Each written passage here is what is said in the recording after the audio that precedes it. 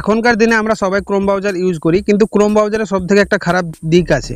খারাপ দিকটা কি? ক্রোম ব্রাউজার থেকে খারাপ নোটিফিকেশন চলে আসে। আপনারা জাস্ট আমার নোটিফিকেশন বারটাকে লক্ষ্য করুন, তাহলেই বুঝতে পারবেন। এখানে যতগুলো নোটিফিকেশন এসেছে পুরোপুরি কিন্তু 18+। তো আপনারা যদি বাড়িতে থাকেন, সেই সব অবস্থাতে যদি আপনারা ভুলেও ডাটা কানেকশনটাকে অন করে দেন, তখন দেখবেন আপনার নোটিফিকেশন বাড়ে। ক্রোম ব্রাউজারে খারাপ নোটিফিকেশনে কিন্তু ভর্তি হয়ে যায়, তখন আপনাদের সেইগুলোকে বিরক্তিকর মনে হয়, এমনকি আপনারা হ্যারাসমেন্টের শিকারও হতে পারেন। তো আজকের এই ভিডিওতে আপনাদেরকে দেখাবো ফ্রেন্ড, ক্রোম ব্রাউজারে খারাপ বা নোংরা নোটিফিকেশন আসাগুলোকে খুব সহজেই কিভাবে আপনি বন্ধ করবেন। তো চলুন ফ্রেন্ড, আমরা ভিডিওর মূল কাজে প্রবেশ করি। আমি আপনাদের ফ্রেন্ড লাক্কি, আপনারা দেখছেন বিঞ্চিনা ওয়াইটি ইউটিউব চ্যানেল। তো এই ইম্পর্টেন্ট কাজটা করার জন্য ফ্রেন্ড, আপনার ফোনে ক্রোম ব্রাউজার অ্যাপ্লিকেশনটাকে ওপেন করে নেবেন।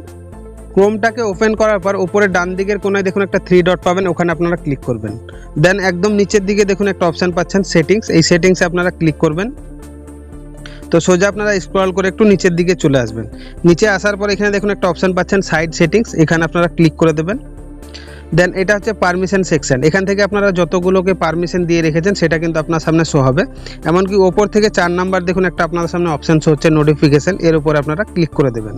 তারপরে দেখুন নোটিফিকেশন প্যানেলে আসার পর যেখানে একটা ডান দিকে সুইচ দেখতে পাচ্ছেন, এটা কিন্তু অন হয়ে আছে, এটাকে আপনারা অফ করে দেবেন। ঠিক আছে, তারপরে একবার আপনার ফোন থেকে ব্যাক হয়ে বেরিয়ে যাবেন।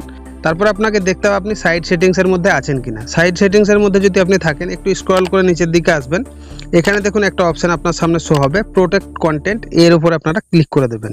তো প্রোটেক্ট কন্টেন্টে আসার পরে আপনাদের ক্ষেত্রে এই অ্যালাউয়ে কিন্তু টিক লাগানো থাকবে। ঠিক আছে, এটাকে আপনি 3 নাম্বারের টিকটাকে লাগিয়ে দেবেন, মানে ব্লকে।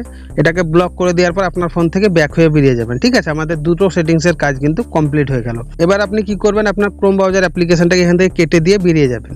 বেরিয়ে যাওয়ার পর আপনার ফোনে যেখানে ক্রোম ব্রাউজার অ্যাপ্লিকেশনটা থাকবে, ওর উপর জাস্ট 2 থেকে 3 সেকেন্ড লং প্রেস করে ধরে রাখবেন। ধরে রাখার পর আপনার সামনে একটা আই বটন শো হবে বা অ্যাপ ইনফো নামে একটা অপশন শো হবে, এখানে আপনারা ক্লিক করবেন।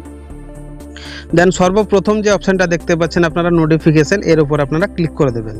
নোটিফিকেশনের উপর ক্লিক করার পর সর্বপ্রথম আপনাদের সামনে একটা অপশন শো হবে অ্যালাউ নোটিফিকেশন, এই সুইচটা দেখুন ডান দিকে কিন্তু অন হয়ে আছে, এটাকে আপনাদেরকে অফ করতে হবে, যার জন্য এটাকে অফ করে দেবেন।